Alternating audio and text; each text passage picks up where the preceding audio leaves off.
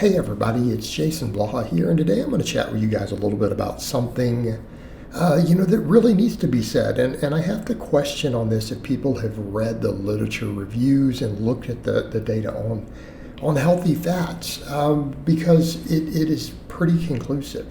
And I've oftentimes told people, look, there's a couple approaches you can take. You can actually do a very, very low-fat diet, right? You can do very low-fat diets, and that also means, of course, you're not eating a bunch of refined sugars and refined fructose. Or you can do diets that are higher in healthy fats. But, people are like, well, how are you defining a healthy fat? And I think that's important because, people will get upset and they'll say things like, well, this study and that, there's a lot of conflicting data on saturated fat and certain things with health markers. There is a lot of conflicting data on that. But when it comes to certain things like body composition, the data is not conflicting. When it comes to insulin sensitivity, the data is not conflicting. Fats are absolutely associated with those things, and it makes sense on the insulin sensitivity side because anything that promotes insulin sensitivity is good for body composition. We know this. Every bodybuilder and every bodybuilding coach knows this.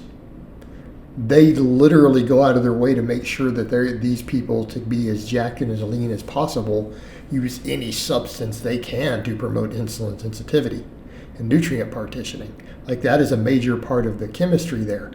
But food affects that tremendously, not just pharmaceutical substances. And we need to truly understand that.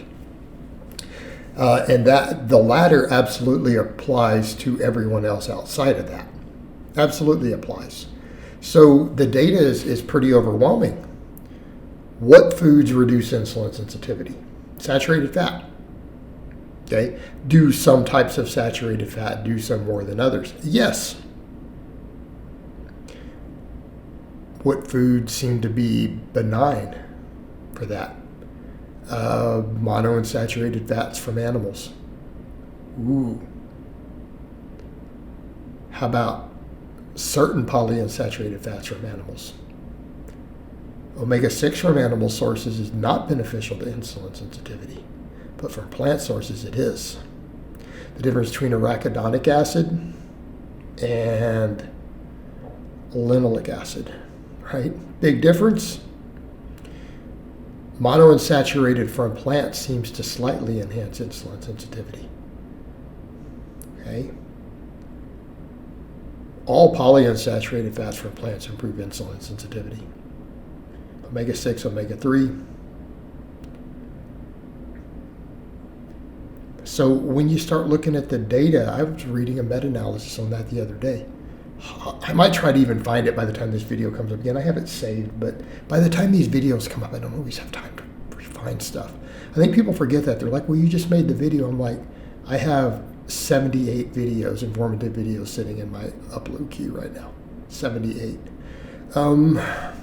But yeah, it's easy enough to find, actually. It was a meta-analysis done 2 years ago.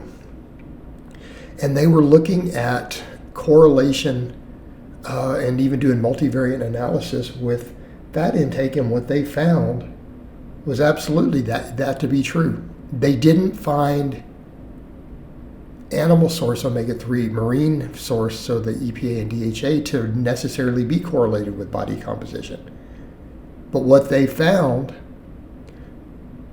was that, just like with insulin resistance,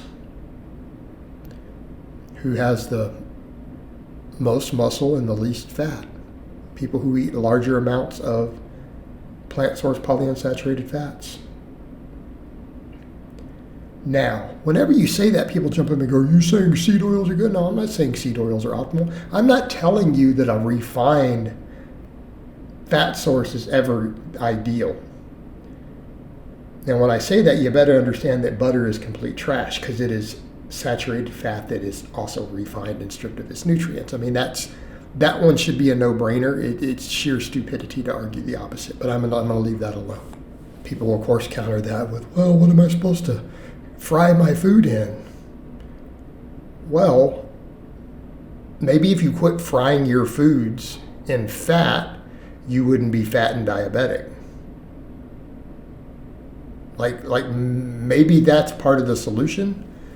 Stop doing that. Then you don't have to ask the question.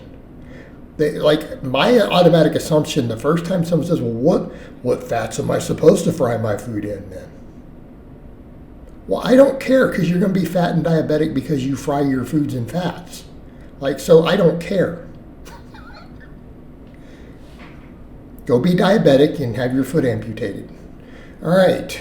For those of us who want to be healthy, let's just not do that. All right. So, over to the point. Plant source.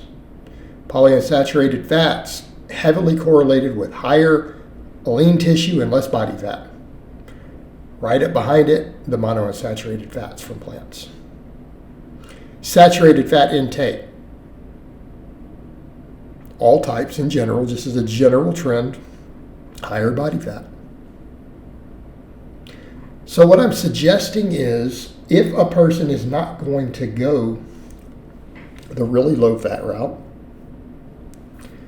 and they don't want to eat as much carbohydrate, it actually makes a whole lot of sense to be looking at these other things. Some people say, "What are our soy?" What do you mean?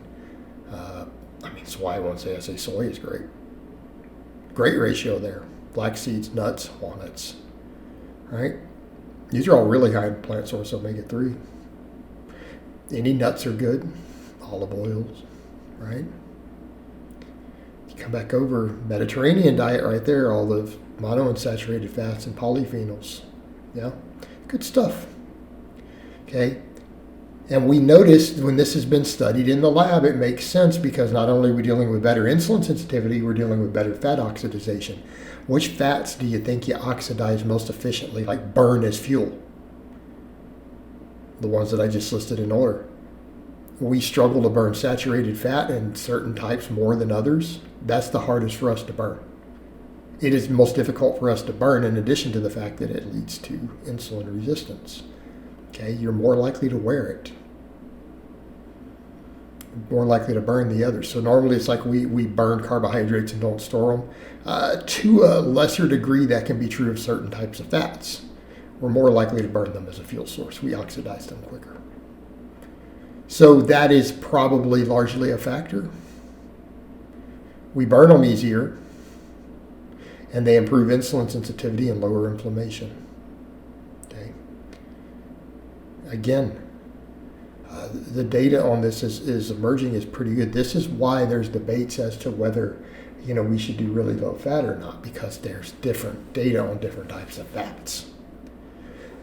All right, guys, but that's really all I have to say on that today. I hope it's been informative, and I'll talk to you guys next time.